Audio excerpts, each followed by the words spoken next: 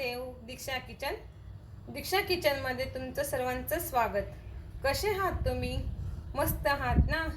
आज आपण बनवणार आहोत भेंडीची भाजी. झटपट होणारी अशी भेंडीची भाजी. चला तर बनवूया. मी ती भेंडी घेतली आहे, ती छान अशी 2 पाण्याने स्वच्छ धुवून घेतली होती, पुसून घेतली आणि तिला छान असं कापून घेतली आहे भाजी बनवण्यासाठी. कढई ठेवले मसाला तयार करण्यासाठी. शेंगदाणे घेतले अर्धी वाटी घेतलं मी, थोडंसं तीळ घेतले. सर्व मिश्रण आपल्याला अगदी बारीक गॅसवर भाजून घ्यायचं आहे. हे घेतलं, छान परतून घेऊ आपण. घालते, छान परतून घेऊ. आता आपण याला काढून घेऊया.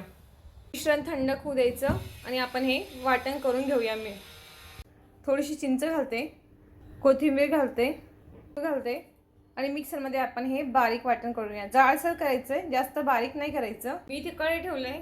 आपण कढईत भाजीसाठी थोडंसं तेल टाकून घेतलंय. फोडणीला थोडंसं जिरं घालते. आपण कापून घेतलेली भेंडी ॲड करूया. भेंडी छान परतून घ्यायची. थोडीशी हळद घालते. भेंडी छान परतून घ्यायची. भेंडीचा गॅस बारीक ठेवायचा. 5 मिनिटासाठी आपण परतून घेऊ तिला. भेंडी छान आपण बारीक गॅसवर परतून घेतली. चटणी पावडर घालते. चवीनुसार मीठ घालूया. आपण वाटून घेतलेला थोडासा मसाला ॲड करते. छान परतून घेऊया. हे बघा किती छान झाली. अशी भाजी तुम्ही डब्याला सहज करू शकता.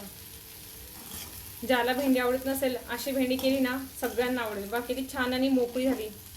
हे बघा एकदम.